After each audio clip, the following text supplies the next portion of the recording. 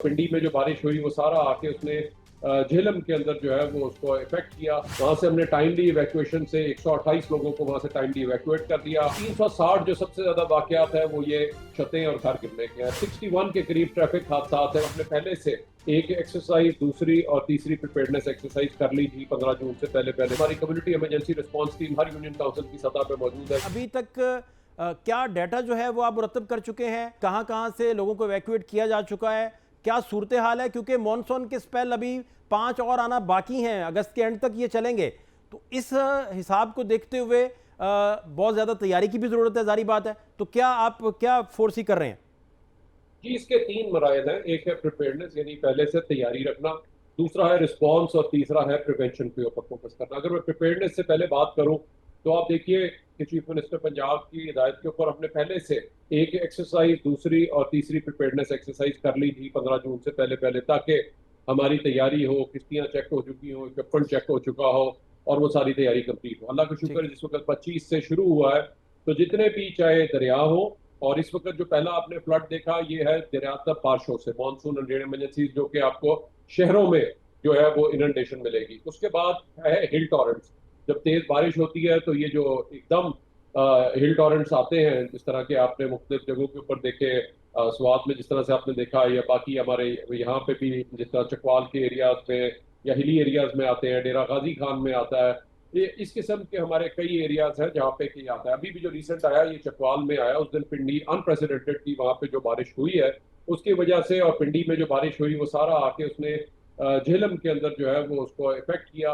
और पहली बार नाला बुनाहन में जो है वो इतना ज्यादा पानी आया कि उसने, वहां से हमने टाइमली इवैक्यूएशन से 128 लोगों को वहां से टाइमली इवैक्यूएट कर दिया। हमने फौरन मोबिलाइज करके, क्योंकि रास्ते कट ऑफ हो गए थे, वहां से मंडी बहाउद्दीन की टीमों को भी भेज दिया था। यहाँ से हमने गुजरात और गुजरांवाला तक की हमने टीमें जो थी मोबिलाइज कर दी थी उनको सपोर्ट के लिए। अल्लाह का शुक्र है वहां से अब पानी जो है वो रिसीड कर गया है।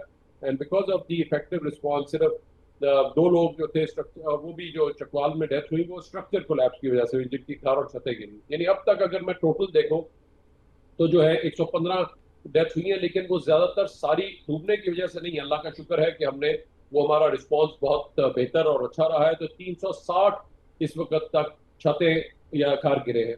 और ज्यादातर मैं लोगों से भी आपके इससे अपील करूंगा कि अपनी छतों को चेक कर लीजिए। खुसूसी तौर पे ये जो छोटे जिनके पुराने घर हैं उनको मैं जरूर अपील करूंगा कि अपनी छतें चेक कर लीजिए और जाके देख लीजिए अगर आपका थोड़ा सा भी है वहां पर पानी खड़ा ना हो।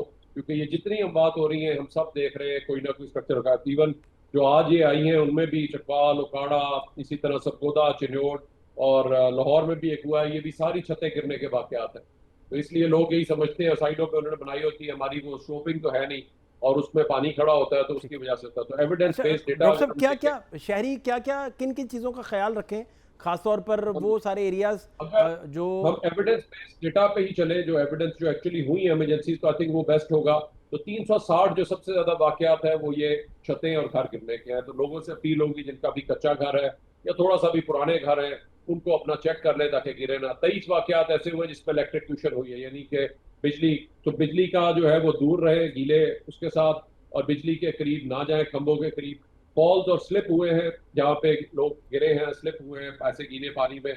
और 61 के करीब ट्रैफिक हादसा हैं जिसमें जो हमारा आपने देखा कि सड़कें स्लिपरी होती हैं।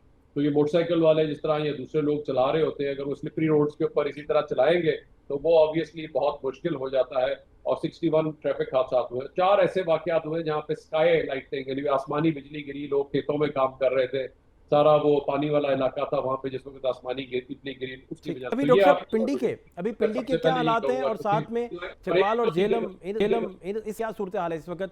पानी, बहुत सारी इतलात हैं कि पानी तो अब उतर चुका है उन एरियाज में। क्या हाँ, इतलात हैं लेटेस्ट जो है? अल्लाह का शुक्र है कि अब हमारा ये जो सारा आया था एक रेला जो वहां से पिंडी से और फिर उसका चकवाल से होता वो जेलम आया। तो जेलम के जो थे काफी सारे कोर्ट, ये खास तौर पे ढोक बिडर का एरिया और ये जो सारा था वो ज्यादा इफेक्ट हुआ था। आज वहां से पानी जो है वो रिसीड कर गया है। शुरू में बहुत लो लेवल हो गया था, किश्तियां वहां पे चल नहीं सकती थी। ऑन फुट भी जाके जो भी पॉसिबल एरियाज थे, जो लो लाइंग आइलैंड्स थे जहाँ पे पानी जिस वक्त आता है वहां पे रेस कर जाता है, वहां से हमने सारी की सारी जो इवैक्यूएशन है वो कर ली। और अभी भी जो है वहां पे हमारा, तो वहां से हमने टीमें जो है वो वहां पे क्लियर कर चुके हैं। लोगों से कोशिश है कि वो अगर कुछ आइलैंड ऐसे जगह पे रहते भी हैं, बिकॉज ये एक नया पूरा एक नाला बुनान का जो है, ये क्लाइमेट चेंज की वजह से जो नए फिनोमेना आ रहे हैं, ठीक। उससे जो नाला बुनान में पानी आया वो अब जा रहा है टुवर्ड्स द रिवर झेलम की तरफ। तो वो ये जितने भी दरमियान में ऐसे एरियाज हैं, वहाँ पे अगर कोई लोग हैं भी उनको साइड पे कर लें, उनको वहां से पहले से निकाल लें, ताकि हमें उस वक्त जो है वहाँ पे प्रॉब्लम ना हो। वो जिले इंतजामिया के साथ बड़ी क्लोज कोऑर्डिनेशन में ये सारा जो ऑपरेशन इस वक्त अच्छा जो है वो डॉक्टर साहब, 21 के बाद आप मजीद क्या हालात देख रहे हैं और बारिशें कितनी मतवक्को हैं? क्योंकि अभी तो मॉनसून का तीसरा स्पेल है, 8 होना बाकी हैं जो पेशगोई की गई। तो दूसरा इधर आप रावी को कैसे देख रहे हैं, पंजाब के दीगर एरियाज को, उन्हें कैसे आप देख पा रहे हैं? अरे, रावी में तो और आप अच्छी तरह जानते हैं कि कोई ऐसा ही सिचुएशन हो कि हमारी दूसरी बॉर्डर की परली तरफ जो है कोई बहुत ज्यादा आ जाए और वहां से उनको रिलीज करना पड़ जाए पानी, तो फिर हमें प्रॉब्लम होगी।